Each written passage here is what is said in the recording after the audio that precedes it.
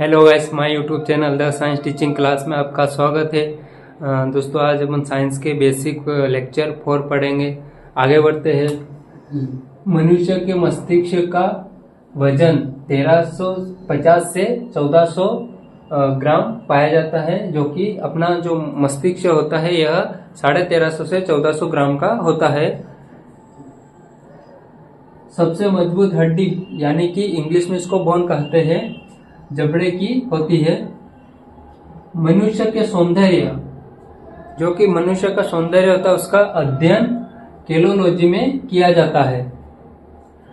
रक्त को शरीर में परिभ्रमण करने में लगता समय, यानी कि अपने शरीर में एक बार रक्त को परिभ्रमण मतलब एक बार घूमने में लगता है 23 सेकंड। मानव शरीर में जल की मात्रा 63% से 80% होती है। रक्त की मात्रा शरीर के भार का 7% पाई जाती है।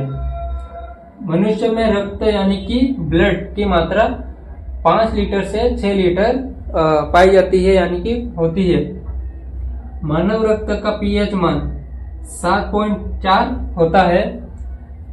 आरबीसी यानी कि रेड ब्लड सेल, इसका निर्माण अस्थि मज्जा में होता है, यानी कि जो रेड ब्लड सेल्स होती है, जो कि ब्लड कहा गया इसको, तो यह अस्थि मज्जा में इसका निर्माण यानी कि बनता है। आरबीसी का जीवन काल 20 से 120 दिन का होता है। डब्ल्यूबीसी यानी कि व्हाइट ब्लड सेल्स का जीवन काल 2 दिन से 4 दिन का होता है। यह 2 से 4 दिन के अंदर इसकी डेथ यानी मृत्यु हो जाती है। डब्ल्यूबीसी को कहा जाता है ल्यूकोसाइट्स और आरबीसी को कहा जाता है एरिथ्रोसाइट्स। शरीर का तापमान नियंत्रण हाइपोथैलेमस या ग्रंथि से होता है, यानी कि जो अपने शरीर में उपस्थित हाइपोथैलेमस ग्रंथि होती है, वह अपना शरीर का तापमान मेंटेन करके रखती है। ब्लड बैग कहा गया, जो कि प्लीहा को इंग्लिश में कहा गया स्प्लीन।